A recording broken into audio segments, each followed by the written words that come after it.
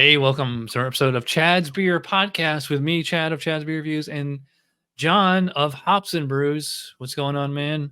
What's going on? We just, in case you missed it, John and I just did a review of Lagunitas Maximus. So check that video out. I'm sure there's a link down there somewhere. You still working on yours? I still have about half a glass left. I got like I think that's a sip. I think it's a sip. It's funny because during the actual review, you were like sipping on it. I must have drank a lot between. No, I didn't drink any. My sips are most people's gulps. No, actually, I was gonna open up another one, and I should probably use a different glass for this because this. Yeah, it's still early where you are, because yeah, this is lunchtime, or no, dinner time. Yeah. There we go. Where is in case the viewers don't know, he's on the West Coast and I'm on the East Coast. He's in Oregon. I'm in Florida. Yes. The like one of the hop areas of the world. Yeah, I mean Oregon is, well, especially Portland is like a huge beer scene in the USA. Like so many beers that I order online, like 9 times out of 10, they're all out of Portland, Oregon. Yeah, probably. One of my favorite breweries, and unfortunately they call it Cascade. Are you into sours at all? Yeah. They did traditional barrel-aged sours, and the original owner sold it, and then now the people that took it over closed after a year. And it's like, oh, I am so sad because I learned so much about traditional barrel-aged sours from that guy. It was so much fun. But yeah, no, I actually go. I don't know. Have you ever had a hops or a can of beer? Say something from Crosby Hops. That's a pretty popular hop farm here in Oregon now. It's growing really fast, and he's actually my neighbor, and I went to high school with the guy. We were really good friends. Actually, we've been friends since like 8 years old. It's kind of weird. Was the sour brewery you're talking about the Ale Apothecary? No, Ale Apothecary. I like them too. They're Eugene, which is about an hour south of me, and Cascade is about 45 minutes north of where I live. So I live right in the Willamette Valley area, basically right where Willamette Valley hops are made. So I'm like in the center of wherever you want something good. You want to go to Portland, I'm 35-40 minutes away. You want to go south to a college town or to the capital, I'm 20 to 40 minutes away from that too. So, and I live 5 to 6 minutes from the freeway. So it's like, oh, great. And then I also have, but I'm still technically in the countryside. So it's quite nice on sometimes, but then, other times you're like, oh, I'll travel to Florida. I'm like, wow, your beaches don't have grass. That's amazing. Can you what's your setting where you are now? Is that your garage or your basement? This is so I originally started in my garage. I gave my wife, I told my wife in our old house, I tell you what, you have the whole house. You decorate it however you want. You do with it. Give me the garage. The garage is my man cave area. But I'll put the tools up, and we'll have our freezer for food, but everything else has to be mine. And then slowly over time, she took half of it. And then I said, well, I'm going to start a YouTube channel. It kind of goes back even further I owned a tap room for a number of years. I built that up and then sold it, started a family instead. And I said, well, I want to get back in the beer scene, so I want to do a YouTube channel. And I'm going to use the garage. And I'm going to use my half that I have now. And it was a studio. And then slowly over time, it came into a corner of a area. And it was now just a corner. So if you look at my old videos, you could see like a bottle machine. And then I moved to a corner. And then I called that the new studio, which is even smaller than my original, which looked horrible. And then we bought a new house. But we bought the house because my wife liked it for decorating. And then I was like, looking around. Well, the garage is not going to fit my area. It's not going to do what I need because it was already fit with tools and everything. So what are we going to do? Well, we'll build you a shed outside. So I said, just give me a shed outside. So I'm in a 20 by 10 shed. And so I decorated it with the wall. And this is That's actually funny. pallets from my old tap room. And there's actually, you can't see it on the camera, but there's a sign. And then on the other side, I have my old tap room sign, which is actually this is the glassware from my tap room. That's hilarious because you're the third guest. Look, this is only episode 21, I think. You're the third guest that I've had that has a shed for like as their man cave. Because I don't know if you watch A Beer a Day with TK and also Massive Beer Reviews. Oh yeah, yeah. They both have sheds like off I did not property. know that's a shed. Yeah, that's funny. It's like where they just do all their beer review and recording. Yeah, because like your funny. studio or wherever it is, like right now, it looks really cool. Like it looks like you like with the wood, you know, it's like you're like in a cabin or something, you know. Oh yeah, no, it's a facade. It's a facade. I have a fake fireplace and I have a portable AC. I have a drum set back there. There's a bunch of boxes on the floor in front of me. I have my liquor cabinet over here. Oh yeah, no, there's you know sounding boards. A horrible what is it, drywall job I did in here, so because I didn't spend a whole lot of good time, but this shot looks good. Yeah, I was gonna do, I don't know if you saw, I did a the BeerTube Academy a few months ago, and I was showing like one of the videos was like on how to design thumbnails, and I think I used one of yours because I thought your thumbnails are like definitely some of the best in the here, let me show the viewers your yeah, I didn't because I'll usually see your videos and because I'm tagged in them, but I don't think I saw that one. I mean, so here this is John's channel. Let me sorry, let me zoom in here. Here we go. I don't take flattery well. I laugh at flattery. So I like the what font are you using? I don't know. I think it's whatever default font I put on Photoshop. And I was like, oh, that's nice and bold. My sister is an artist for a publisher, and she develops all the book covers. And she was like, yeah, I use this font. It's very, she told me like, use a bold font so everyone knows and can read it really easily. And I was like, that one looks bold, and I have no idea what it is. So well, it's hard to see.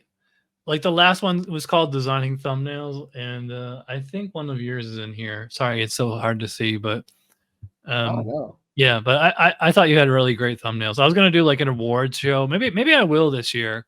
That's like pretty good. Best, like I was gonna do like best thumbnails, best theme song, best you know, best on-air personality. Now you have me pressured. Now I'm going to constantly be like, I gotta make a better thumbnail this time. I spend maybe 30 seconds on a thumbnail. I scroll through like the beginning of my videos. I'm like, all right, that's a good one, because usually it's just like I do the Zoolander face a lot of times of the blue steel and whatnot. Yeah. You know, and then I like constantly, like for the first minute and a half, it's like I'm trying to get whatever I'm holding in focus of the camera and be like, come on, fine. There it goes. Now slowly do this. And all right, I got to make room for font. So, okay. Yeah. You know, it's like that.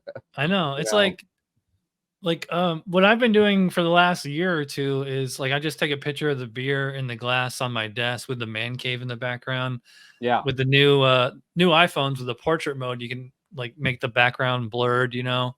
And because before it was always just me holding up the beer in the glass of the camera like this. But you know, I got this little mini studio setup like this light right here. It's a LED light with like a remote, and you can put whatever color you want. So it's like on orange right now. Same thing with I put these lights in my beer fridge. I should have got this years ago. Like I can just put it whatever color I want. But I have it on scroll, and I have like these other LED lights on the bookshelf. And there's actually an app on my phone for those, but it's on like some random rainbow scroll thing. The one thing, if you go back to my channel and look through it, like I said, I was in the corner. and you'll see that's when I started using LED versus just standard lights. And I got my camera, and you will then see that my LEDs, and you would see my ratio of film speed, and you would see, so you got to go years down, but you would see lines because the you film go to speed. oldest. Yeah, you go to also, yeah. I did this earlier today. I was like, oh my gosh, I look so bad, and the audio is so bad. But yeah, it would be one of the, it's like a blue background. It's oh my, look at that. Look at that. Yeah, Super Loser by Elysian. There's my kegerator I built with a Marshall stack. That's funny. That that animation with the pouring of the beer, how did you make that? That's a live pour. Oh, really? It's like on a green screen? Yeah, it's a green screen live pour. Yeah, so like the point is, I think you have like definitely some of the better thumbnails of beer tubers, because most beer tubers don't even bother with thumbnails. Yeah, they just like let YouTube do whatever it picks, you know. And yeah, like I'm trying to like one thing I really appreciate your channel. Actually, let me bring this back up. Is let's go to popular. You have a lot of videos that have a lot of views. Like, oh yeah, you can see right there how to pour. That's the new studio. Yeah, 35,000, 35,000, 34,000. Yeah, actually, the lighting effect, I can tell you, is in that best of the non-alcoholic. And if you put it on a fast pace, you will see vertical stripes going through, because my lighting and my camera speed were conflicting with each other. I just watched this one the other day, making 40 proof Budweiser, where you froze Bud. I got to do that.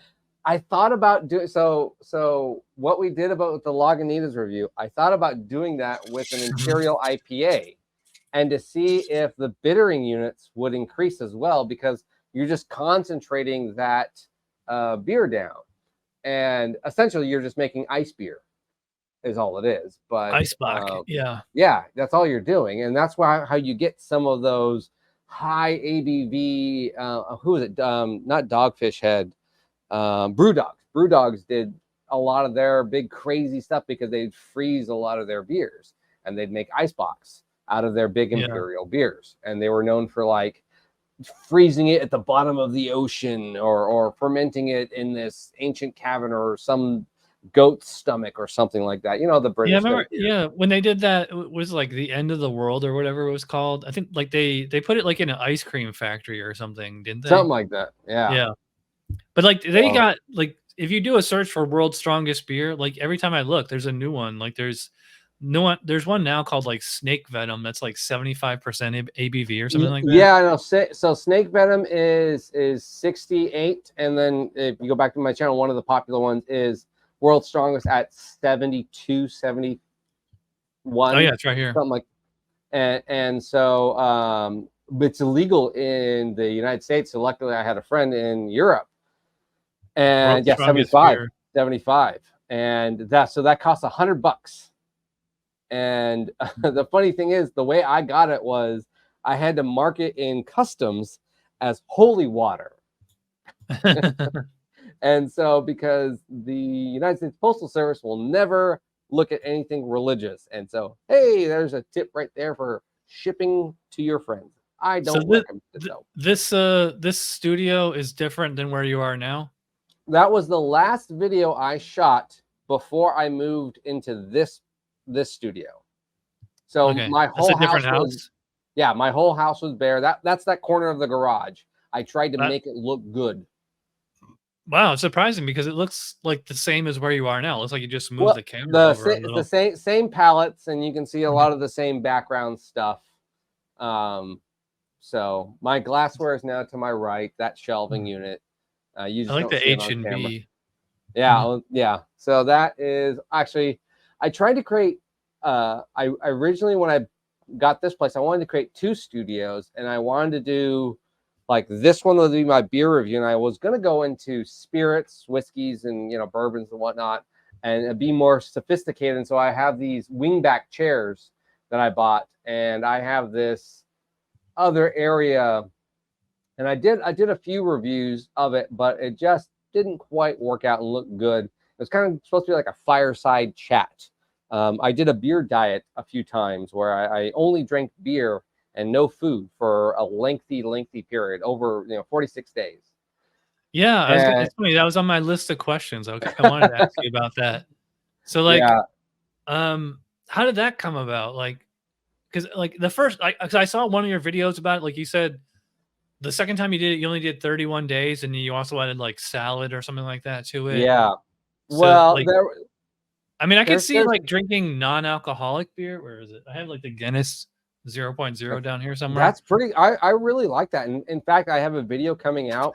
So prior to this week, I thought Guinness 0.0 was probably the best non-alcoholic stout I've ever had.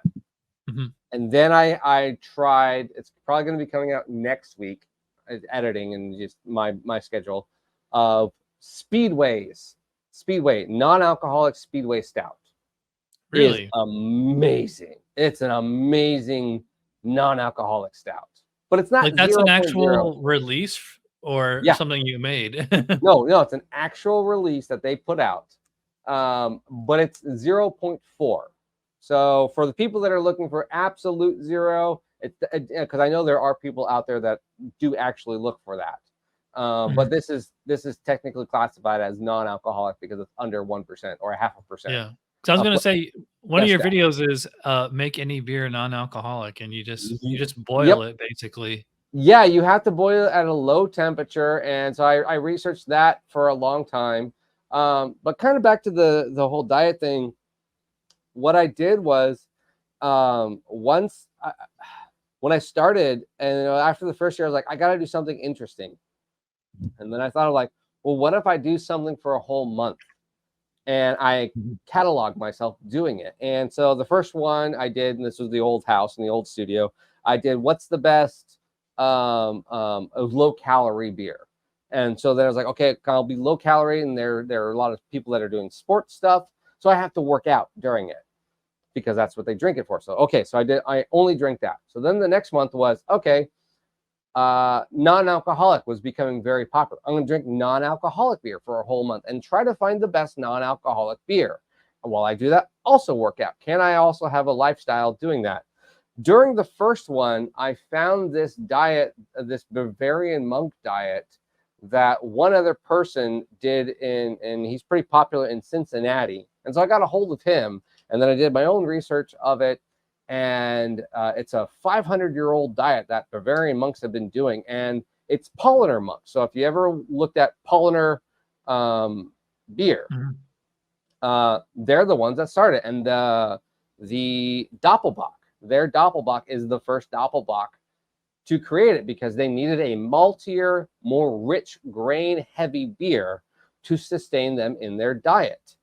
And so they drink a bunch of that. So what I decided to do was I want to be as close as I can in a modern terms, and I want to try this diet now. I later found out that a lot of people have done this, but not as documented via video as I did. But it was very interesting. So I always had one of the Paulaner monks beers every day. So that was one of the beers I had to have every day for the 46 days. So it's a Lent diet. So it's a 46 days. And everything else, I found that I had to have very high ABV beers because I needed the calories. But after about 4 to 5 days, my hunger went away and beer actually sustained me. And the only drawback was that, yeah, you lose a lot of energy. You lose a lot of stuff. And but you also lose a lot of water weight, and then you lose actual weight too, because your body will just eat the fat.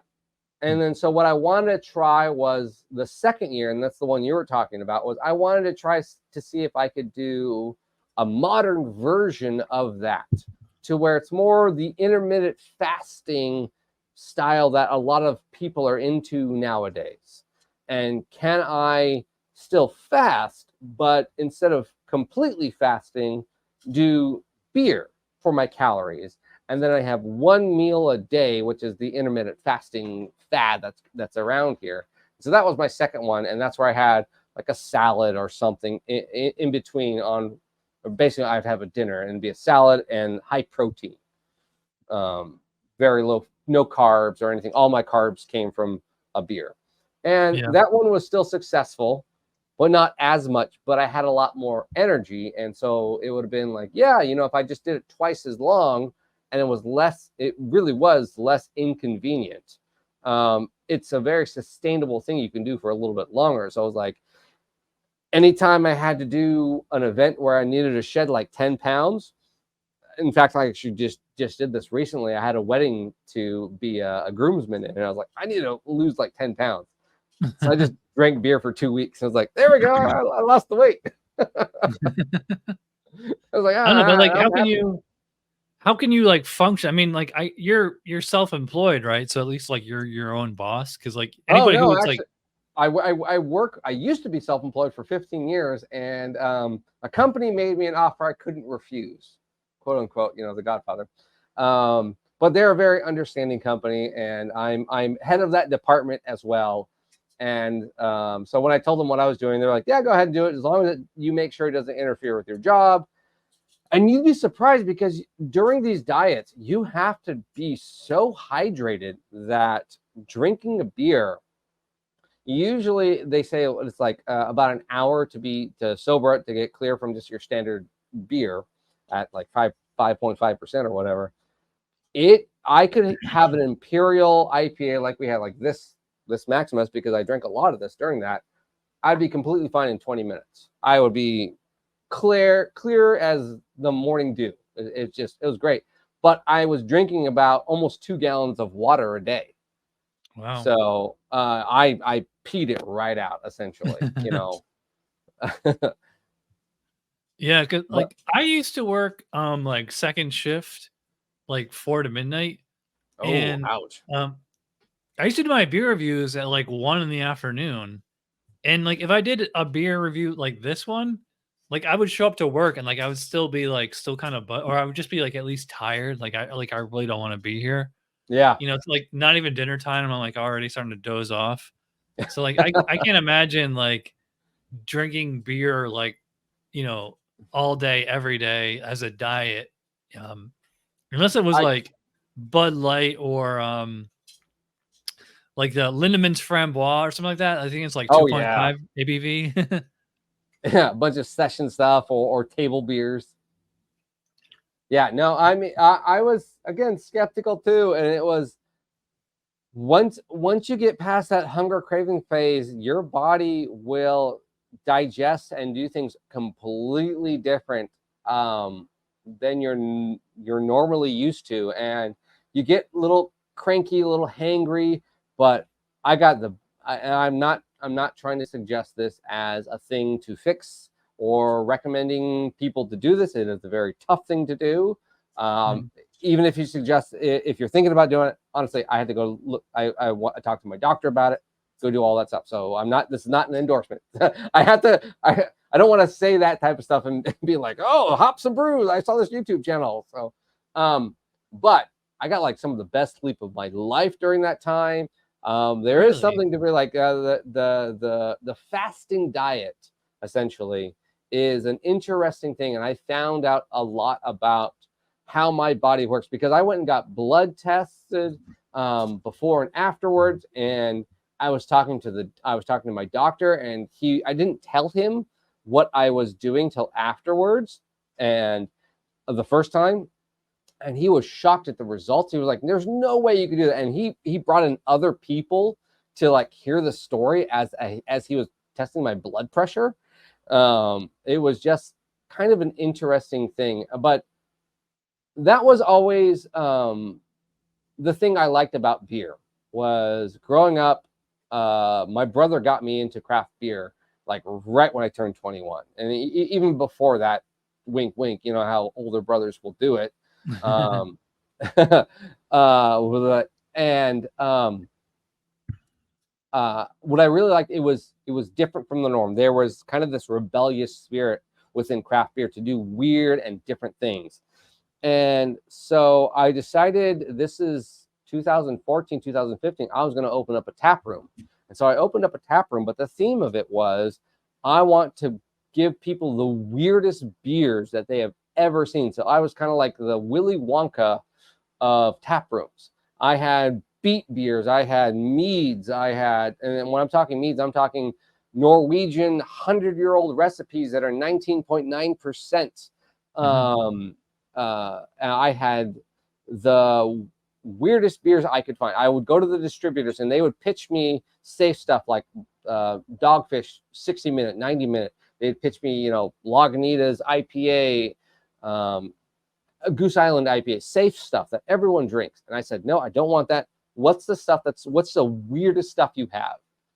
And that's what I bought. And I had 36 taps of the weirdest beers.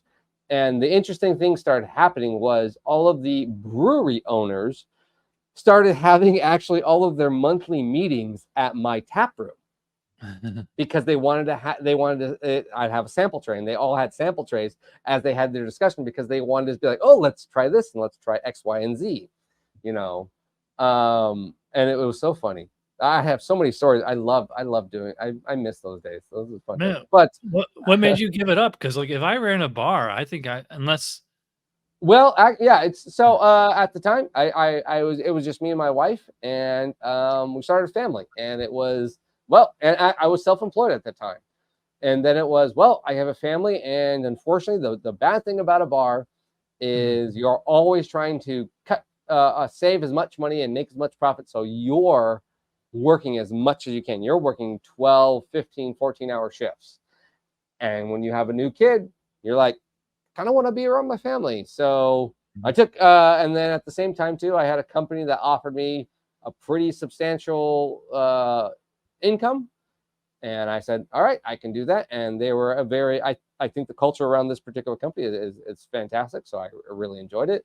So other than the distance, I gotta travel, which is only 20 miles, but it takes me almost an hour to drive there because of traffic, which is really horrible, and that's a different story.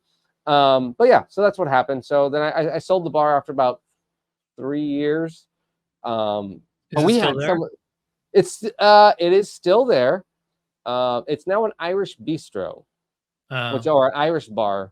But my custom-made lights I made, it was a 2-story bar, and we had the first virtual reality arcade upstairs, and it was actually it was 3 stories if you count the basement, and it was haunted, and it was certified haunted, and so we would do scary movie nights once a month in a haunted basement brewery. So which was funny because my giant refrigerator, walk-in cooler, was downstairs. So you had to walk behind it, and you heard all the humming and everything. But then I had a projector and a movie screen all put up, and we would show like scary B movies all the time, the free ones.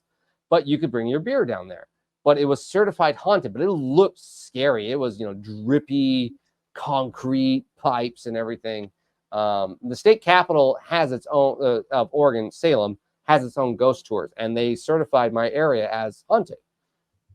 But then the middle section was the bar, and then upstairs, the guy I run, his name's Jeff, and he does a great YouTube channel. If anyone's interested in tech, craft computing, we do tech and beer news all the time. You'll see me there. But he ran a VR arcade upstairs. And so we would actually have, officially, you could do drunk driving, because we had a VR racing simulator where he built this whole steering rig and car simulator upstairs. And it would be projected on the TVs downstairs. And so people could watch people upstairs, kind of do like the Beat Sabers and weird things like that. And so you can go have your beer, and then we keep a scoreboard of like who had the fastest time, how many drinks did you have, what was the ABV level that you had. We even had at nighttime during closing, an hour after closing, all the local bars, we had a competition to where like, okay, you had to build your driving team with the local bars and local breweries. And we had this competition every month. So I came up with a lot of weird, wacky, fun things to do. So when I sold the bar, that's the kind of mindset I wanted to bring to my channel. Was everyone I see does, yeah, here's a beer review, and like you were saying, here's the thumbnail, and it's just they're going through and they're drinking 3 beers a day. And, you know, you're just like, okay, yeah, that's cool. And I kind of want to hear someone's opinion. But what about this weird beer? What about this obscure thing? What's kind of beer plus entertainment? And so I try to find obscure things or do something that's obscure or slightly interesting and kind of try to catch the viewer's eye. Yeah. So that's what I try to do. Like I love like pickle beers and pumpkin pie beers, and that's actually what this is.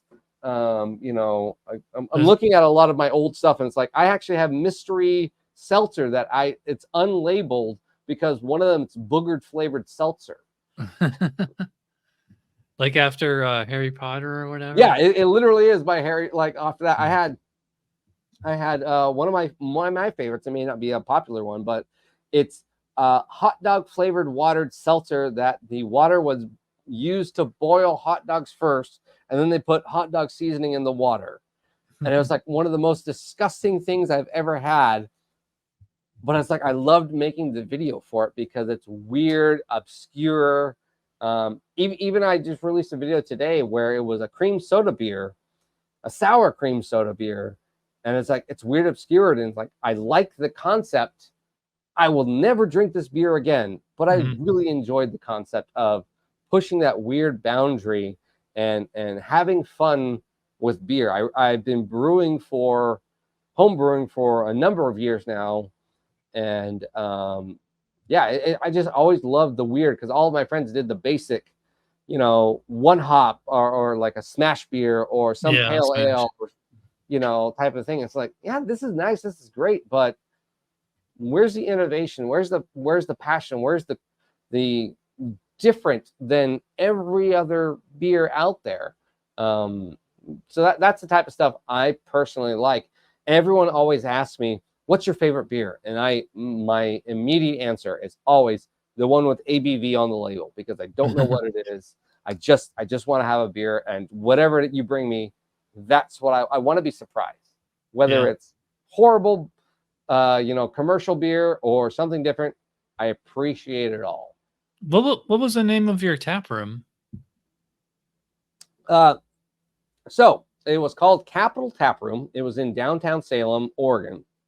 And the reason I chose that name was because actually my first original name, which I took a license out for, was called Bear Deer Growlers, because it was a Sunny in Philadelphia meme, Always Sunny in Philadelphia, where one of the characters were a bear and a deer, and it's spelled, when you put them together, it's short for beer. So, but I then found that there was one of the oldest breweries in Oregon, and specifically Salem, was called Capital Brewery. And then the name rights for it were up for sale. And actually, it was only like $10. So I bought the name rights to it, thinking that I was going to then start a brewery and reinvigorate this original old brewery. And the location I chose was actually only a block away from where the original location was. And so the walls of my tap room had old, it was from the 1890s through 1940s, pictures of downtown Salem, Oregon, of the brewery and all the things that had to do with hops or brewing. And so people loved coming in just for the art that was hanging on the wall. Yeah. So, you know, I'm sure I don't have to tell you but the Simpsons, Springfield is based after Portland, Oregon. And like so the character, so it's Springfield, Oregon, which is right next to Eugene. That's where the Simpsons are. But then the characters' names are based off of the streets in Portland. Yeah, in so Portland. there's a Quimby. There's you know, there's a lot of, there's not an Apu, but there are a lot of characters. But I was gonna say, like, because like Springfield's rival is Capital City, and like you were saying, Capital Tap Room. So like, is there like a Capital City in Oregon or something like that? Or no, unfortunately there's not actually, but there kind of is a rivalry, and it's an old legend type thing. So there is a city in Oregon called Oregon City. And originally the way the legend is told, because I don't know how it is, but Originally, the verification note that was going to Oregon City to certify it as the state capital, the coach was going and got hijacked by some bandits that lived in Salem and wanted their city to be named the capital. And so then, therefore, Salem, they stole the paperwork and signed it and said it changed it to Salem, Oregon. So there was kind of a rivalry there. So there's this rivalry of Oregon City should be the capital because it's named after the state, but Salem is the capital for some reason. So, okay, Salem is the capital? Okay. So Salem is the capital of Oregon, but there's a city called Oregon City, which is 20 minutes away. Yeah, I'm from upstate New York. I'm from Schenectady, which is right next to Albany, which is the capital of New York. And speaking of Simpsons, there's a lot of upstate New York references in The Simpsons too. Like every once in a while, you'll hear them say like, "Look out, Utica," or the one with Superintendent Chalmers and Principal Skinner with the steamed hams. Oh and yeah, the Aurora Borealis. He's like, "Oh no, it's much more of an Albany expression." He's like, "I'm from Utica," you know, like that's well, like where I'm from. There's an Albany right next to Eugene and Springfield. Oh, is there? Yeah. Yeah, I think there's one in Georgia and there's one in Minnesota too. Yeah, and so there's a big rivalry in Oregon for like there's a foot there. Well, actually, until this year they split it up, but Oregon is known. We don't have a whole lot of sports. We got the Trailblazers, but other than that, we're what's known as probably more of a college sports state. And we got the Oregon Ducks and then the Oregon Beavers, and one's in Corvallis, but it's right next to Albany, and the Oregon Ducks are in Eugene, which is right next door to Springfield. Literally, they're like a road apart. And so it could be that. So don't know. But yeah, there is an Albany in Oregon. It's a quite popular city. I got some questions here. So your logo, actually, it's on your, well, not on that glass, the other glass. It's was rabbit. That inspired by or like a parody of the Playboy Bunny? No. Okay. So it looks a lot like it. You have we talked about this and it kind of showed up in the beer review. You have cats, right? I have a pet rabbit. Oh, okay. And it's a free roaming rabbit, but it's not really mine, it's my wife's. And so when I sold the bar and I was pitching the idea of me having a YouTube channel and a hobby to get my wife on board, I was like, well, I'm going to make the logo really quick first to pitch it to her as a sales pitch. So I created a rabbit logo and I was like, well, how do I make it? It's like, oh, it's hops. Well, hops are also something rabbits do. Yeah. And so I got this logo and I created it and pitched it. I was like, I want to do a YouTube channel. And look, I'm doing it with rabbits because she's really into rabbits. And so I basically pitched my whole YouTube channel to my wife. And that's why there's a rabbit logo, because it's really more for my wife than me. I'm actually not a fan of rabbits. Really, they chew the rabbit's name cords. Yeah. Well, they hop all the time. But they chew electrical cords and carpets. And every wood panel or floorboard you have. Yeah, my sister used to have a one of the floppy-eared ones. Yeah, we have a Holland Lob. Yeah. Yeah, it's like it had like a cow it was like black and white, like looked like a cow. Even though I've never actually seen a black and white cow. They're usually just brown or blonde or whatever. Like I said, we're 20 minutes from like two big cities. But where I'm at, we got milking cows and brown cows and all different types of farm animals around me. So I have a 15-acre farm, and around us a lot of dairy cows. So yeah, so my cat Logan is sitting on the desk right here. Oh, there you go. Nice. He just wants. I fed him. I gave him dessert. I don't know what else he wants. He just needs attention. I had cats growing up, so I like cats because very low maintenance, very loyal. They just want some love. They just want to be pet. Not rabbits. Rabbits are skittish. They poop Yeah, they're all not over very cuddly. everything. They're not very cuddly.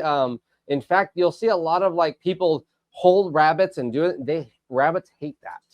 They actually get very scared, and it lowers their life expectancy because they become very paranoid and their heartbeat races really fast when you're holding them.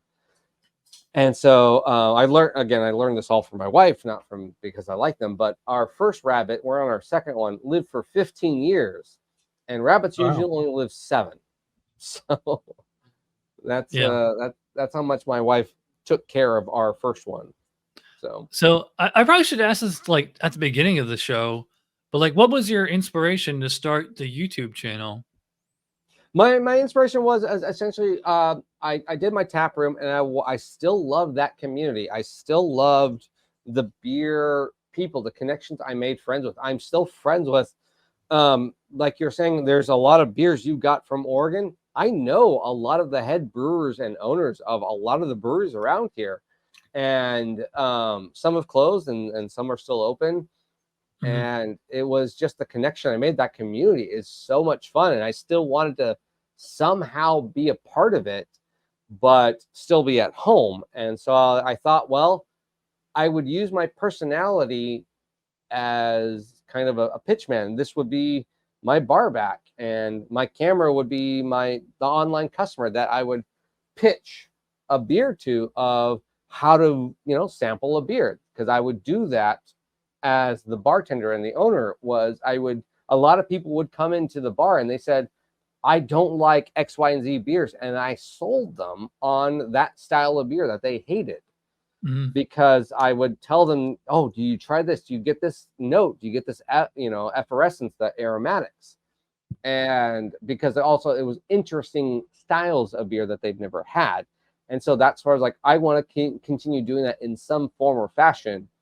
And so I just, YouTube's a nice platform to try that on, and it's a great hobby. And I needed something to do after my long days of work, because I still had, I have a commercial beer fridge in my garage. I have thousands of dollars worth of cellared beers that are in there. And there are some YouTubers that have way better collections than I do, but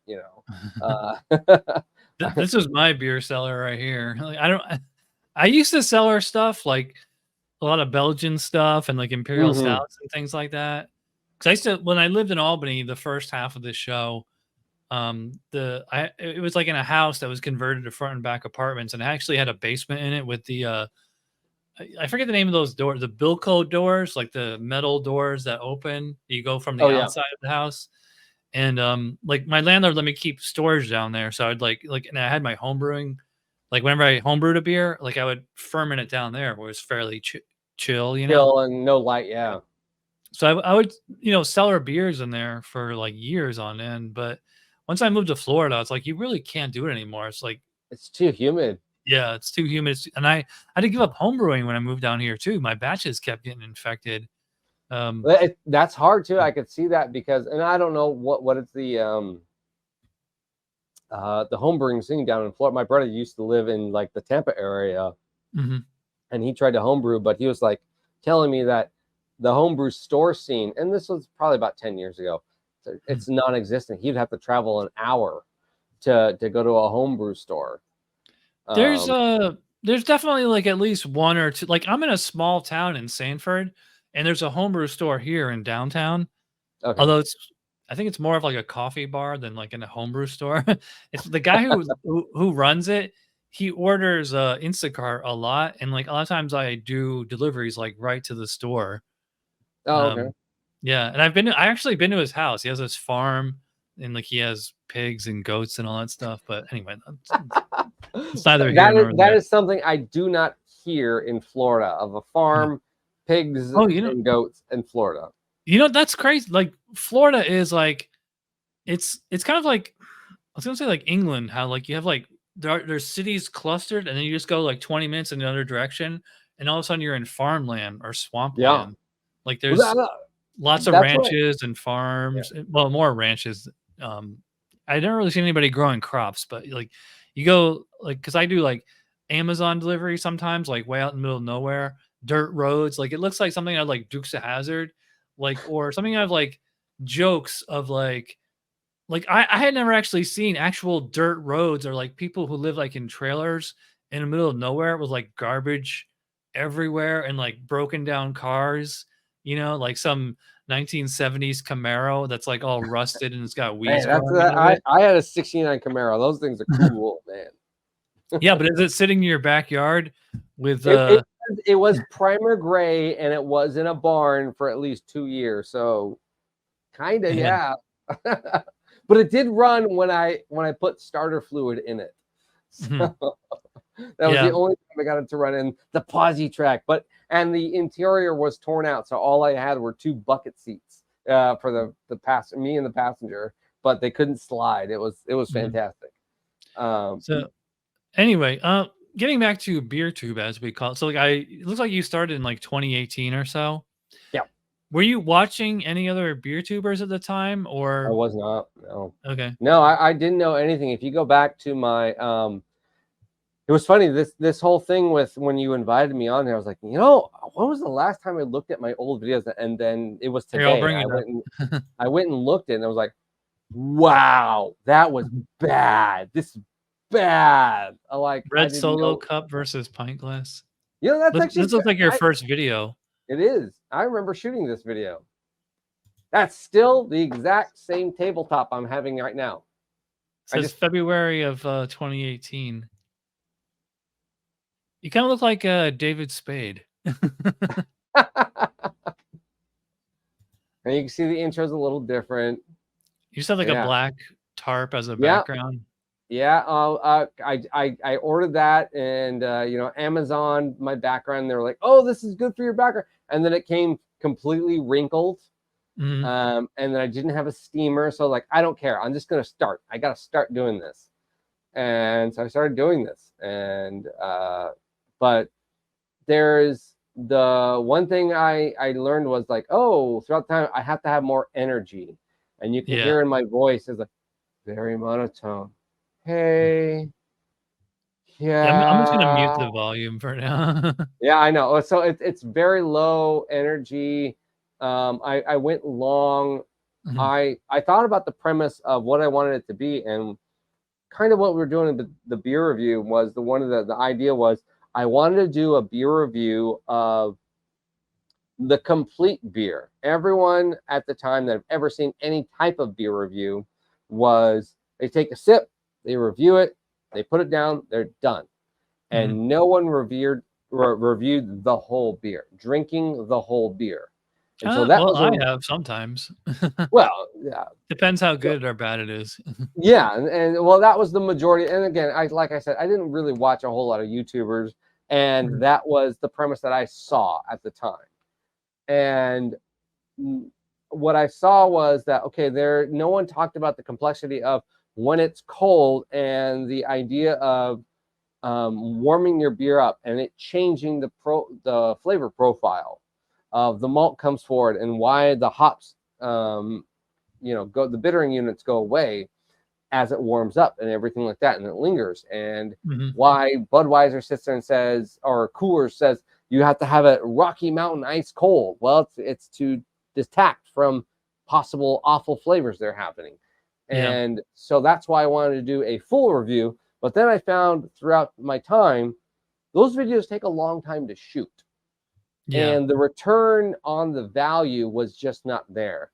And I could give information and still be a personality and still do myself with a shorter time period. And I'm still, even till this day, trying to refine it even more so.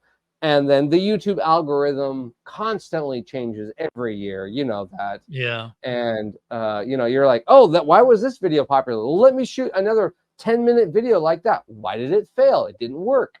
But then the next video I did was 4 minutes. Wow, I got 3,000 views on that. Why did that one work? You don't know.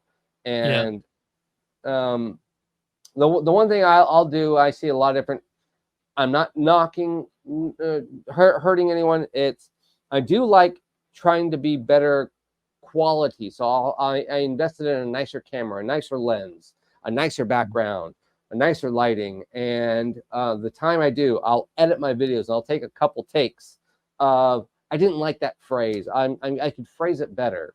And then I go and edit it. And well, editing takes me like 2 or 3 days to edit a video. And I want B-roll. I want really good looking. I want the beer to look good in my middle of the video of me pouring it. So I invested in a slow-mo camera. And that's something I wanted to ask is like, how many cameras do you have on your setup? Because I can tell you have like at least 2, right? Nope, one camera. There's one camera. Or you just zoom in on the when you're editing? No, so a trick I learned, it's a 4K high-speed camera. And because I edit in 1080p, I can zoom in. So if I shoot at high resolution, but then I edit in 1080p, I'm 4 times zoomed in. So then I back it off. And then when I want to zoom in on a product or my beer glass, it's crystal clear.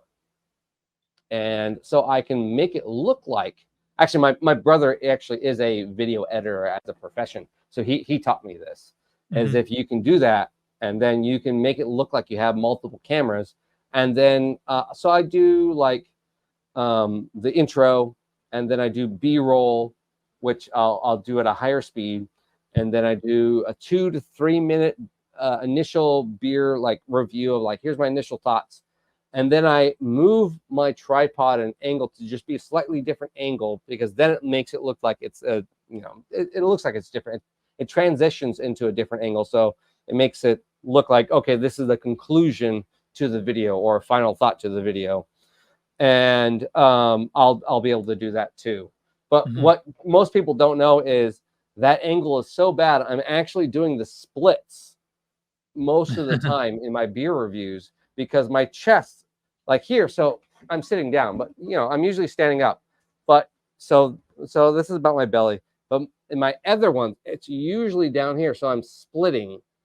And so my bar top is to my chest, because I don't want the angle of the bad stuff that's on the side of my videos. So I'm having to be very uncomfortable in a lot of my videos. So that's why I was like, I got to do a conclusion really quick. And here's my summed up thing. Yeah. Because my pants are about to rip.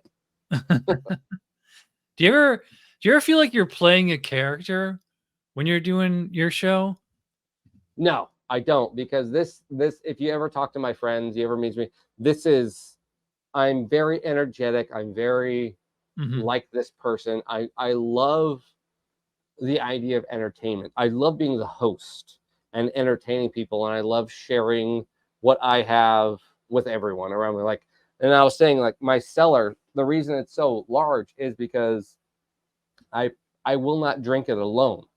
I refuse to drink it alone. I will always have it for when I have large gatherings, and then I want other people to try it. Whether they like it or not, they appreciate trying something so expensive. Like, I have bottles of beer that are $120, you know, cost me.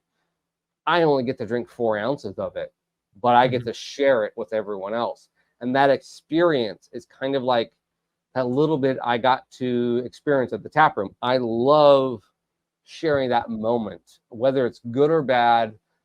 Someone saying something's the worst disgusting beer they've ever had, but I get to laugh and enjoy, and they get to laugh and enjoy, and it's a fun experience. And then someone else that would like, I would never buy this, but it's so delicious.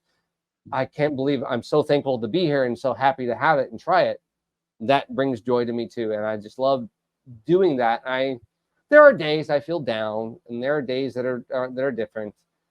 But I don't ever feel like I ever put on a mask or a facade in front of the camera. The only, I think what it did was I had to learn to be myself, to learn how to do it. And like I was saying in my early videos, I'm very monotone and because I was like that too. I didn't know how to just be me. I thought I was over expressing. I thought I was overdoing things, and I really wasn't. I was actually underdoing it, and it was kind of fun to let loose and to be this way and to be a fun, goofy. I'm not goofy, but you know, just over energetic. And then I'm like this way at work.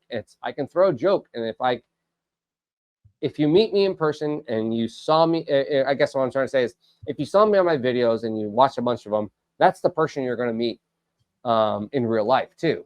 Now, it may not be 100% of the time because life happens, but majority of the time, I'm going to throw a joke at you. I'm going to try to crack a joke at you. You're probably going to see me with a beer in my hand and going on Untapped and checking out ratings and doing things like that, and then turning to you and be like, ha, I'm going to throw this joke at you, or whether I know you or not, I'm trying to be fun and making sure everyone has a good time. Yeah. I just wanted to bring up your channel again. Sorry. No, good. So one thing that we haven't really mentioned so far is you do the shorts, although they're kind of more like memes than true shorts. And like like on YouTube you have 4.4 thousand subs, and I have your TikTok here, 6,100. But some of these videos, well, you have one that has 3 million views, 4 million views.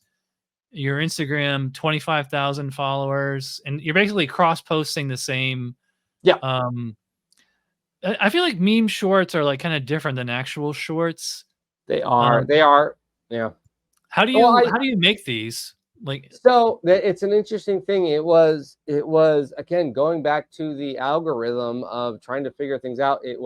This all started during the diet phase because I couldn't actually, this post states that actually originally I used to do a 21 Days of Christmas video back in my old studio, where I would do, like, Costco has their Advent calendar that they usually do with German beers. I did that one time. Stone did another one, and I would post a video every day, but I would make it extremely, extremely short. And I started to find that that got me a lot of subs, and it got me a lot of effort or a lot of notifications. People started noticing me. And then during my diet, I was like, there's no way I can do this. So I started doing shorts and reels of me quickly reviewing the beer I was drinking during that day. So, because I had to do 3 to 4 beers a day. And so I'd be like, oh, here's beer number 1 for day 1, or, day 29. It's Lagunitas and it's extra hoppy. And I try to keep it under a minute because I know that's how the algorithm worked. And you can see some of those. There's the breathalyzer and beer diet day 2, day 5, dog, all of that stuff. And some would hit, some wouldn't. Here's hot dog flavored seltzer. There it is. Yep. And so it's every platform has their own algorithm. And so what I started to find was, then I started posting on Instagram just memes of, here's a picture meme of drinking. And it's like, I find this humor because I'm trying to be kind of humorous in my own things. And then that found some moderate success. And then I started finding over time of, here are video clips and channels that do that. And it's like, oh, if I just posted this on top of X, Y, and Z, this is funny. And it just organically grew. It literally, honestly, took about 2 years to learn this process and like, oh, this is funny. And it takes 10, 20 minutes. It's something I can do really fast versus days of editing videos. And it brings viewers and content recognition to me.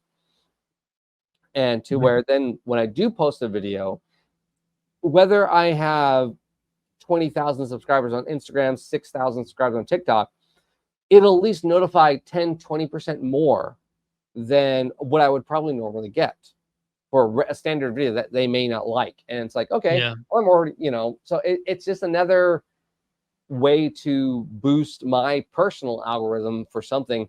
And at the same time, I find them hilarious. Some people do, There's a couple other beer tubers doing that. What movie is this from with what's his name? John C. Reilly? So that is a TV show, actually. It's his character is Dave Grohl. I seen it in like tons of memes, but I never got the original reference. It's from the Tim and Eric show. Oh, okay, yeah. On I've Cartoon heard of it, but Network. I've never seen it. Yeah, it's Cartoon Network late at night. It's very old and very Yeah. obscure, and You might have you there's another channel, Poor Michigan Reviews. I don't know if you've seen him. no, He I haven't had seen that one. like here's one he posted that's very, very similar or like using the same like, are these green screen templates you can get somewhere? No, you can get, so what you do is if you find the video, so here's what I do. Anyways, I'll spoil my secret. Is you can go Mhm, on Instagram and then it's you go under original audio, and you'll mhm. see a bunch of other people using it, and so you're like, okay, I think I can do something funny with this, right? And then you go to the original and you see hundreds of not thousands of other people that have posted that, and you get the cleanest one. And then there are plenty of free editors online that will cut out the motion of a video, and it kind of green screens it Yeah, for you. And so yeah. that's what you can do. Again, so what I do is I'll spend like one day and I'll download like 20 videos for the week. And then the next day I'll be like, all right, let's scroll through this, because I was probably drinking Lagunitas Maximus Colossus 9%, so I was probably feeling pretty good. Some of these are probably not as funny as I think they were. Okay, that one I think I can do. Here's a funny saying I can do with that, Yeah. and go with that. Post it. And because also this year I've just been busy. My nephew had a wedding, and he particularly asked it to be on my property. So then I had to make my property look really nice. So I spent from March till June working in landscaping on my property. And so I couldn't do a lot of videos. But doing that still kept the algorithm saying, oh, I'm still popular. Yeah, you're still producing content. I'm still producing content. I'm still, Yeah. relevant, essentially. So Yeah, I it mean, does help. I try to post, like, 1 short and 1 long a day, you know? I don't know Yeah. if you've seen, like, I go through, like, my archives and, like, I'll every morning I edit an old video down into a 30 or 60-second short, and it's interesting because like, sometimes it'll take days, but, like, it'll like, see this one says Brown's Imperial Stout, 404 reviews. Um, like, I posted that, like, 2 or 3 days ago, and, like, when last time I checked it, it was, like, 36 views, and it just jumped to Yeah. 400 already. Mm, Oh, it's I funny, it's know. like, And it's like a really obscure beer, but then, like, right next to it, Goose Island Bourbon County Coffee Stout, 35 views. right. I know. Because that's what I struggle with that, even creating content, because here's this obscure beer that I want to review, but I Mhm. know no one's going to care about it. And I have found that I get more reviews from, you know, market store beer, Yeah, supermarket, you yeah. know, store market beers, because more people are going to hit that, and that's going to be, but it is largely more available. But unfortunately, then I'm sitting there trying to think to myself, yeah, but I have less to say about this beer than an obscure beer, but only, a couple thousand people are going to even have access to this obscure beer. So Mhm. it's kind of hard to come up with interesting content and in the beer Yeah, world, or you just have to blanket the community, which is like, here's everything, and I hope something hits. You yeah. know, Well, it seems like your experimental type videos do the best, yeah. like the muscle stimulator, The and it's healing. funny because like, as far as, like, the SEO, like, in your description box, you don't really, like, put a lot in there, so they kind of, like, go viral, quote, unquote, "viral," like, pretty organically. Because like, I don't know, I've been researching SEO for, like, years, and, like, in mine, I'll actually put like, 'cause I don't know if you watch Simon Real Ale Guide.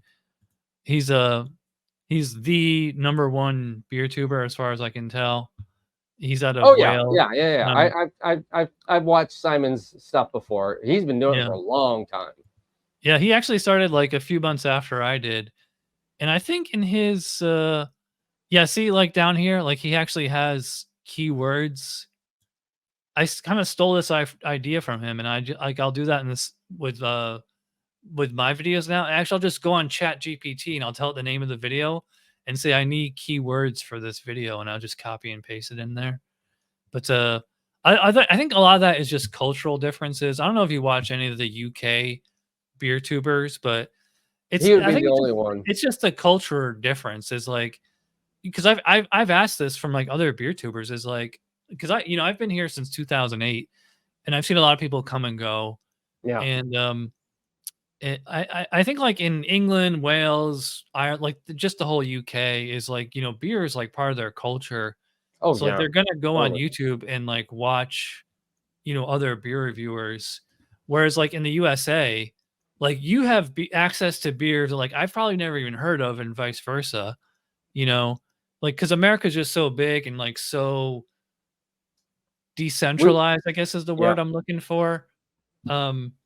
Like it's I think it's really hard for an American to ever become as big as Simon, at least like as far as long form content goes. Like, I mean, you might get tons of views on shorts because like they're funny and they're memes Yeah. and stuff like that. Yeah, I don't know. It's like, what's your take on that? Like, although I mean, I don't know. I feel like long form content when it comes to beer is like dead. It's all memes and shorts and TikToks. So yeah, I think what it is that what it comes down to, the reviews of beer long form is dead. Educational stuff is still alive because people are always going to want good educational stuff. So if you're like how to brew X, Y, and Z, how to clean your glassware, how to do something like cleaning my glassware was one of my very first videos to go viral within the beer world. Stuff like that will probably always still be relevant, but you can only do so much, and you're just going to be, you can produce some form of content, but you're really just going to try to have to produce it better. Have a better camera, have a better lighting, do it better than that. And then some brewery's probably going to come along and do it better than you and get 1.5 million views in like 2 months versus something you released and it took you 5 years to get 30,000-40,000 views. Yeah. So it's hard. This type of content for the beer reviewers, you have to love this stuff. The people that do last, the people that continue, it's because they enjoy it. It's they love the beer. They love the check-ins. It's a passion Honestly, project. it is a passion project. This is just a hobby. This is just something I love to do.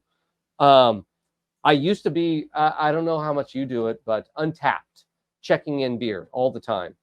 I stopped checking in beers years ago because I was drinking so many. It's like I know I'm 2,000 beers behind of what I did because I hated the culture of drink the beer, check it in, and write about it, and you're just not around the people or your spouse or whoever to just enjoy the beer. You're checking it in. You're just there for the badge. You're just there for the check-in. And I still like Untapped. I still use it because I think that's a much better rating than, say, Beer Advocate, because it's the consumer rating. Right.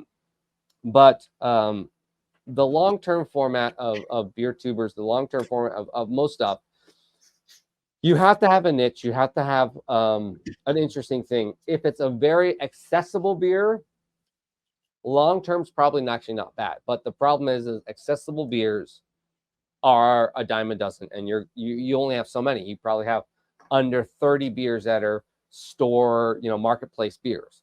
And once that catches up, I mean, we're talking 30, 40 YouTubers that do it. It's done.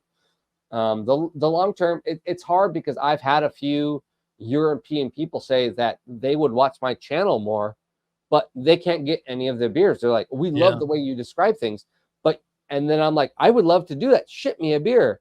Or I will try to look it up, and it's not cost effective.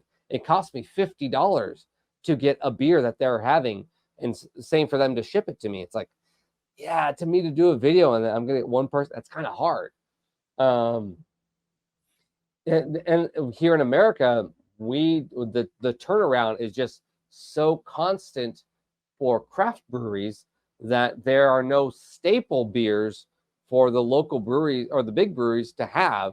and the local breweries are too small for me to go and review them. Like I said, I'm really friends with a lot of the breweries around town, but they're so small. I'm only going to get maybe 20, 30 views because no one's ever heard of my channel before. And it's a local brewery. And now the local brewery might appreciate it and might like it and enjoy it. And I will do it too. I'll still do it for them, but it's going to get low view count because no one's going to be able to access that beer.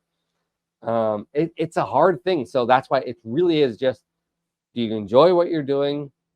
Are you trying to monetize it, or is it just something to monetize your hobby? And that's really what I kind of took for it. I'm trying to do something to monetize my hobby. Yeah, I mean, I get a little money from YouTube, and that's about it. And it pays every now and then a little bit into my beer budget, and it makes my wife less mad at me for buying as much beer as I have. Yeah, until we get to the level of Simon, like I'm definitely spending more on beer than I'm making on YouTube revenue. Yeah. Although you can write off your beer purchases as business expenses. Oh yeah. Oh no, I totally do that. This whole studio, this camera, the electricity I use, tax write off. Although my tax guy said, like, if you do that too long, like if you're taking a loss like too many years in a row, like it sends up flags or whatever. You know, it's like if you're, you know, for 5 years in a row, like you still haven't turned a profit and you're still losing money, but you're still doing it. I don't know. But yeah, it's funny. It's like, I don't know if you know, I have another channel. It's called the GigTube. Actually, that's my old license plate where I make videos about DoorDash, Amazon Flex, Grubhub, Instacart, stuff like that. And I get like way more views on that. And I actually haven't produced a video on that, like a new video, in like years. And I get like that's where my YouTube paycheck comes from, is from this channel, which I hardly even post to anymore. Even though like I post twice a day to this channel, and I'll get like, I've been checking my analytics. I'm getting about 15,000 every 28 days or whatever, which is pretty good. So I'm like in the top 20 of beer tubers. I don't know if you saw my top 20 beer tubers. Yeah, so I'm usually like at the end there. Like you're usually in the top 10. Like Simon and like the craft beer channel, they're usually number 1 and 2. Yeah, I think I topped 3 1 month. I think it was. Yeah, I would. And I don't mean this like as a bad thing, but I would kind of venture to guess a lot of your traffic is from the shorts, the meme shorts, and it's kind of like I would kind of question, like, are meme shorts really shorts? Because like memes are kind of like how like rappers sample other musicians' music and then, you know, regurgitate it, and, you know, like, is it original or is it a derivative? You know, that's kind of how I think about like meme shorts, or just memes in general. Like it's like kind of like sampling, you know. Yeah, I mean, I'll admit it. I'm playing the algorithm to its point. You know, I'm not denying it, but it's also, you can see throughout my videos, and the ones that are my most viral, you see, are not in this studio. They are in bare bones stuff. My second highest one has the light flickering in it, so it is a passion project for me. But to keep it alive, I have to battle with the algorithm, and I battle with life, and my priorities are my family, and so. But to keep my channel relevant, I have to do something that's kind of easy. So it's funny is I'm now making more of an income off of my shorts on Instagram. It's kind of funny. Instagram's really pushing that thing about 4 or 5 months ago. Does yours get, because technically my Instagram is like monetized or whatever, but like I don't think I've ever gotten a dime from Instagram, because if I just open the app, it says your post is flagged. It violates because like it's alcohol related. No, they usually flag it because of, at least for me, all of the ones that I've ever done are background music. For me, like, because I don't put music on my posts, only on the stories that disappear for 24 hours. Mine all say like it just says it violates the terms of service because like it's Yeah, about I encouraging get a few of drinking those. or something. No, mine never. Actually, I got a couple of violence ones. I was like, when have I ever done violence? Really? Maybe me slamming the beers down is violent. Whatever. Oh yeah, here it is. Monetization in shops. Let me see if I can bring this up. I don't know if this is gonna show on camera. Now, oh, let me ask you: is this the bonuses though? They started doing this thing called bonuses. Oops. So, it says you're currently unable to monetize. Oh, like these are just posts. Like it's just of like these are my daily shorts, like the beer reviews, and like I use the public domain music on YouTube. That's what I use too. Yeah.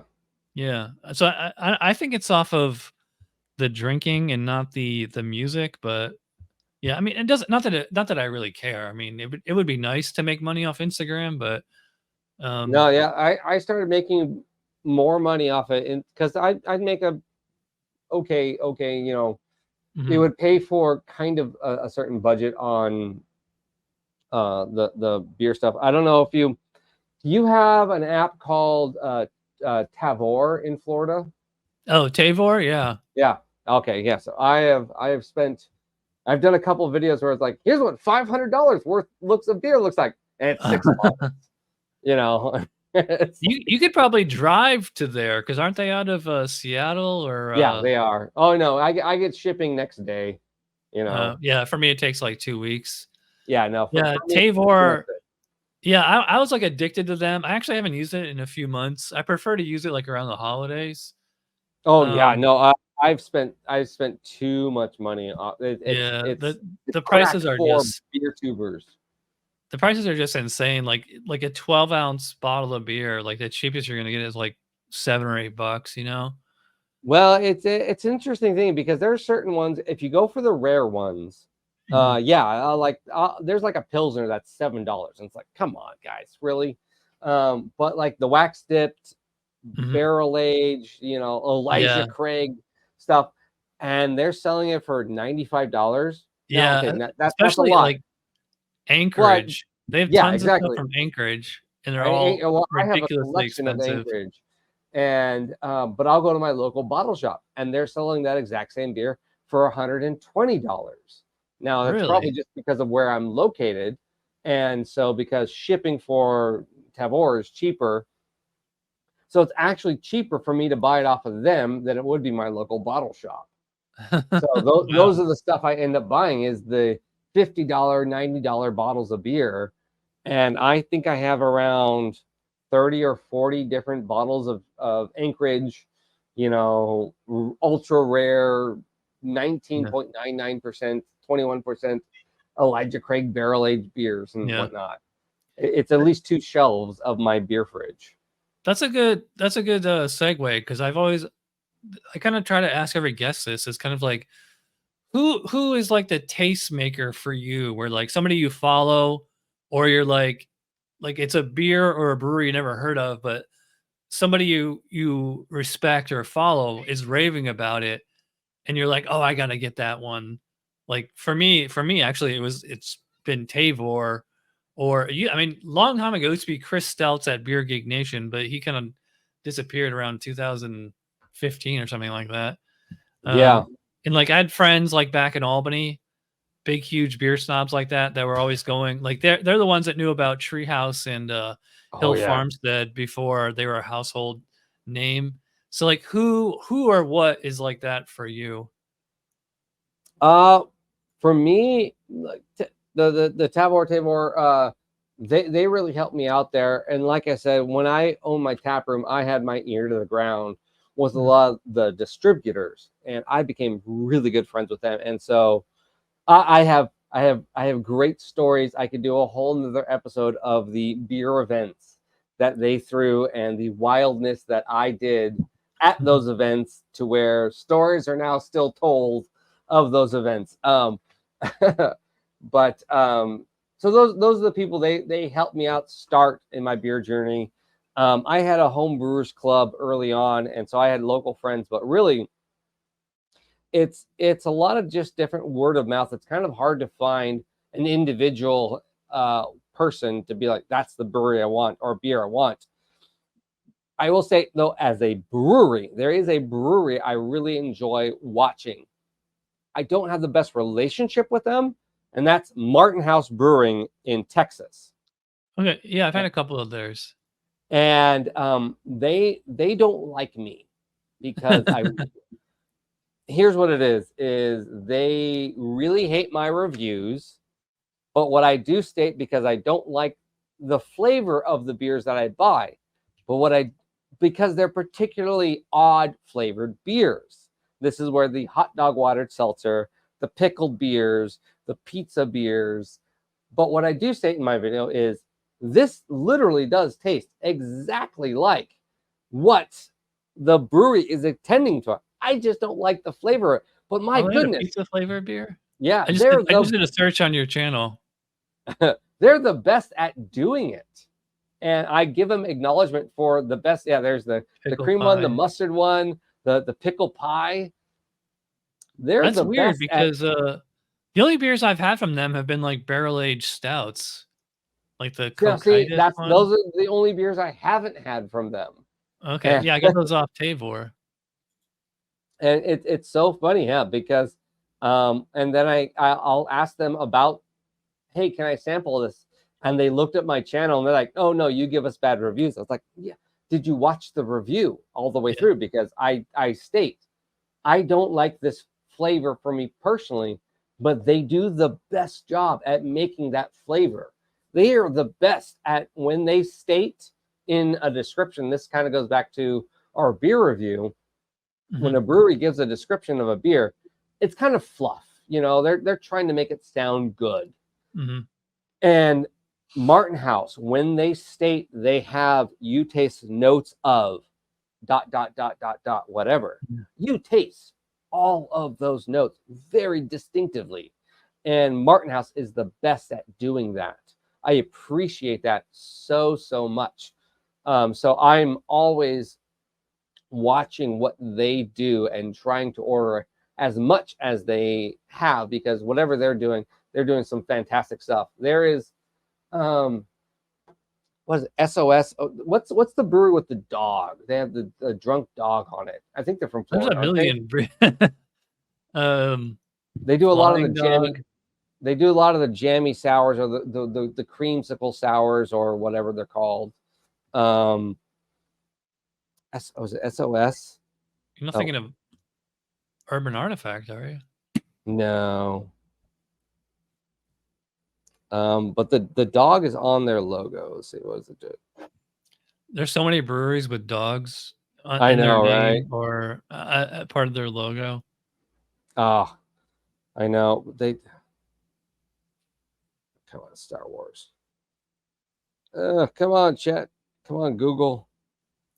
Speaking of sours, I don't know if you guys can get Urban Artifact out there. They're out of Cincinnati. Like they're kind of like one of the leading edge of the kettle sours. That brewery was actually founded by one of the guys in my homebrew club from back in Albany. Oh, really? No, yeah. I've done. They sent me Baker. some. They had like these dinosaur themed limited edition sour beers. They're fantastic. Yeah, we just did Cappy Snacks a few days ago. It's like a fruit punch sour. Yeah, it was really good. I did whatever logo it was. I superimposed my face onto Jeff Goldblum from Jurassic Park.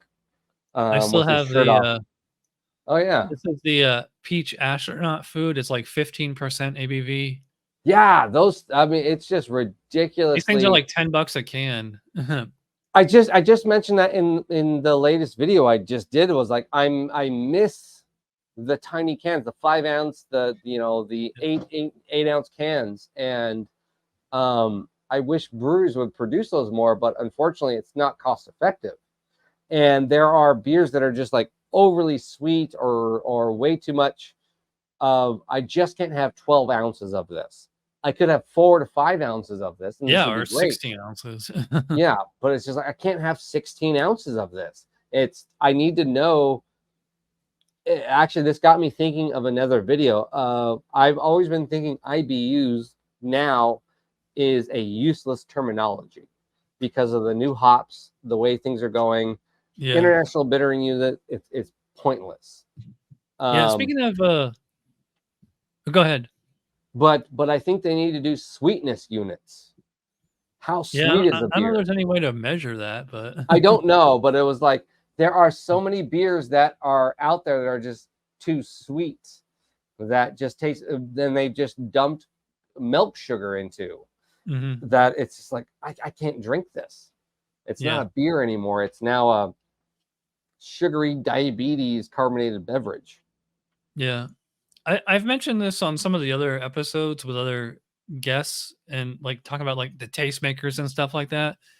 And I feel like for me, a lot of it is like just on the labels. Like I can't speak for everybody, but for me, I will definitely buy beers just for the labels, especially on Tavor. And like I'll save them.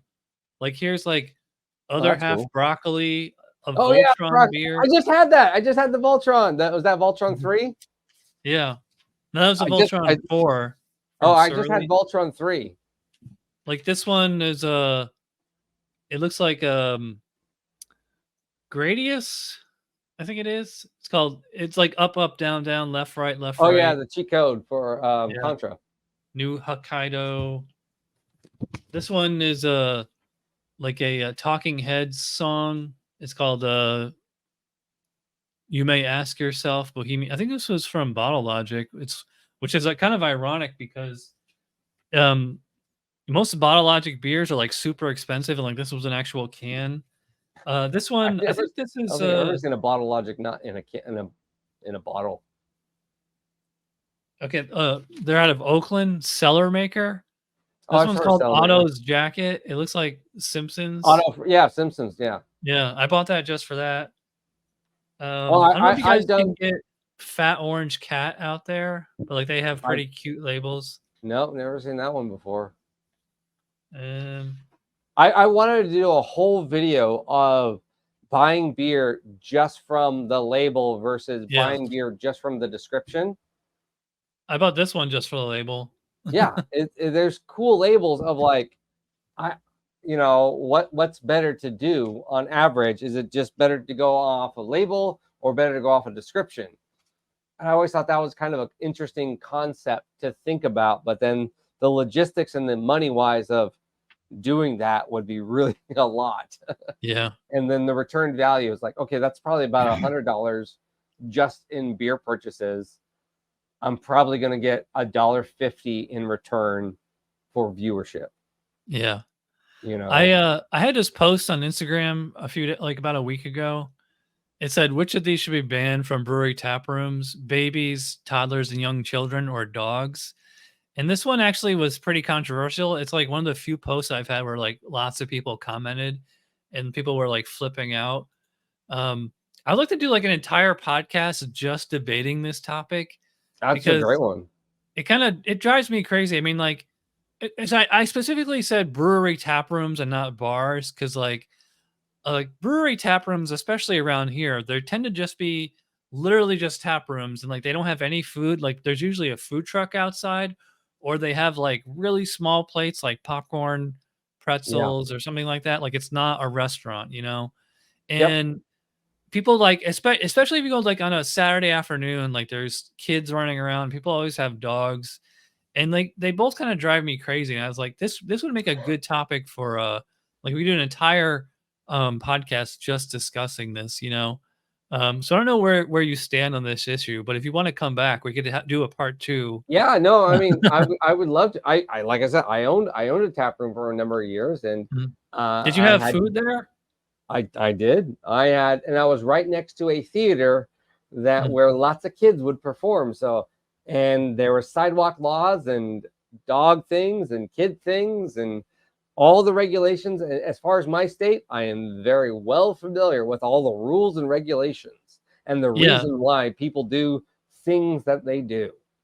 So it's pretty funny. Like, I don't know how it is out there, but like here, like I was saying, like you go to a tap room on a like Saturday afternoon, like I don't know what time the cutoff is or like what age the cutoff is, because it seems like it's totally appropriate to bring like a baby, a toddler, or like a really young kid, like maybe 6 and under, to a brewery tap room, and then all of a sudden, like as they get about 10 or 12, like they're too old, like because like I mean we all know the drinking age is 21 and up, but for some reason it's okay to bring real little kids to bars and brewery tap rooms.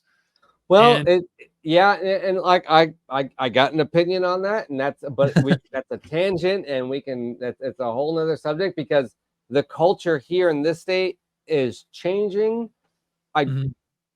Yeah, whether I agree with it or not, but it is changing, and yeah, I mean there's now more of a push for the family environment, even with the bar scenes, and bar places are even catering to like arcade bars, but it's a full service restaurant, but it's got 31 taps. You know, there's bowling alleys with 12 to 21 taps, and it's got an arcade and a burger joint. Yeah. Now, can your local brewery compete with that? No, but it does provide mom and dad who have probably grew up in college times going to your local brewery where it wasn't available. And then now that they're 10, 15 years older, they got kids that are in 6, 7, 8, 9, 10. They want to still experience that. What can they do? Well, they can now bring their kids to this safe family area where the kids can have craft root beer, craft soda, craft, cream ale, and a cheeseburger. But it's going to cost the family probably $100 just to go out because the cost of all of that is very expensive. How much are babysitters these days? Like, how is it more cost effective to just bring the kids with you to the bar? Babysitter. What are grandparents for? I know. By the way, how old are your kids, if you don't mind me asking? 7. I have a 7-year-old.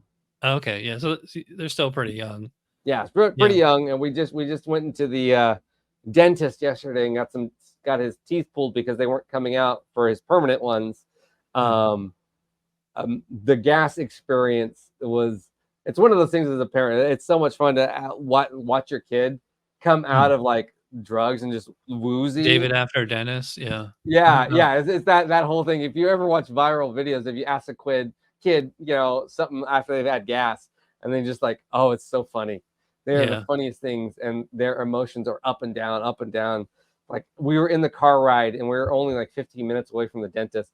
I think he cried like 3 times, but then he was like started laughing, like, oh, it's done, and started crying again, and then it's done, and it's like, I'm happy. It's like, what emotional roller coaster are you going through?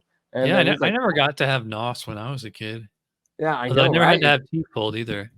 He complained of the flavor of it because he got to pick either from strawberry, watermelon, or lemonade.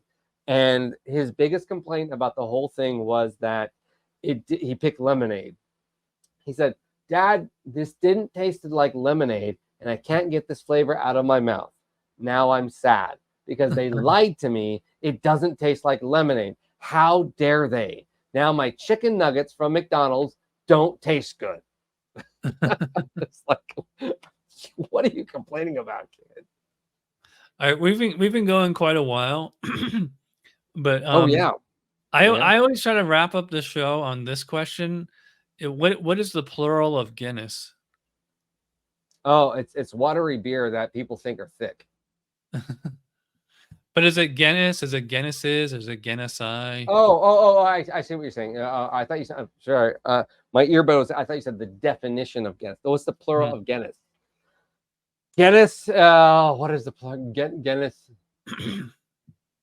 Like if you went to the bartender and you said, hey, give me three Guinnesses or 3 Guinness. Guinnesses. Give me 3. No, it'd be 3 pints Guinness.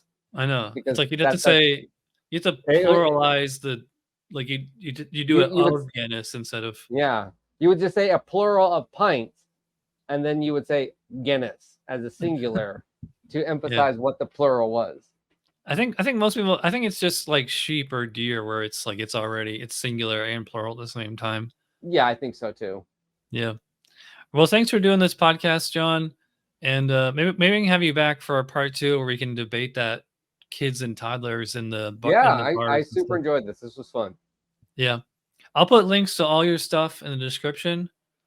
Cool. And yeah, if you want to collab, if you want to have me on your channel, yeah, no, it'd be fun. I don't do too much collabs because most of my unfortunately most of my stuff is like I will do like 3 videos in a row on a Sunday afternoon and then edit them. I wish I had more time. I really do. I love the beer community out there. I try to keep in touch with a lot of people as much as I can. I know there's like a Midwest beer tuber thing that like once a year everyone meets up.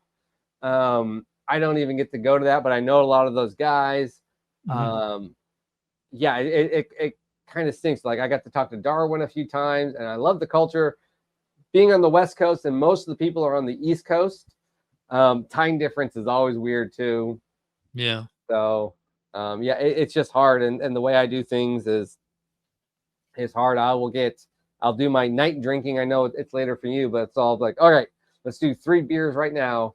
And then I go to bed, but it's like one day, and yeah, that's how. If you look at my videos, I'm always wearing the same shirt. That's how Darwin is too. He does like 3 or 4 episodes in a row. Yeah, I know. It is hard, but it's like, okay, if I can just do one day, there we go. But then by the 3rd video, I'm like, yeah, this is pretty good. I like this. Woo! You know, it's one of those things. Yeah, I can do like maybe 2. That's about it. All right. Well, thanks for watching. Well, thanks everybody out there for watching. Yeah. And we'll see you next week. Bye. See you guys.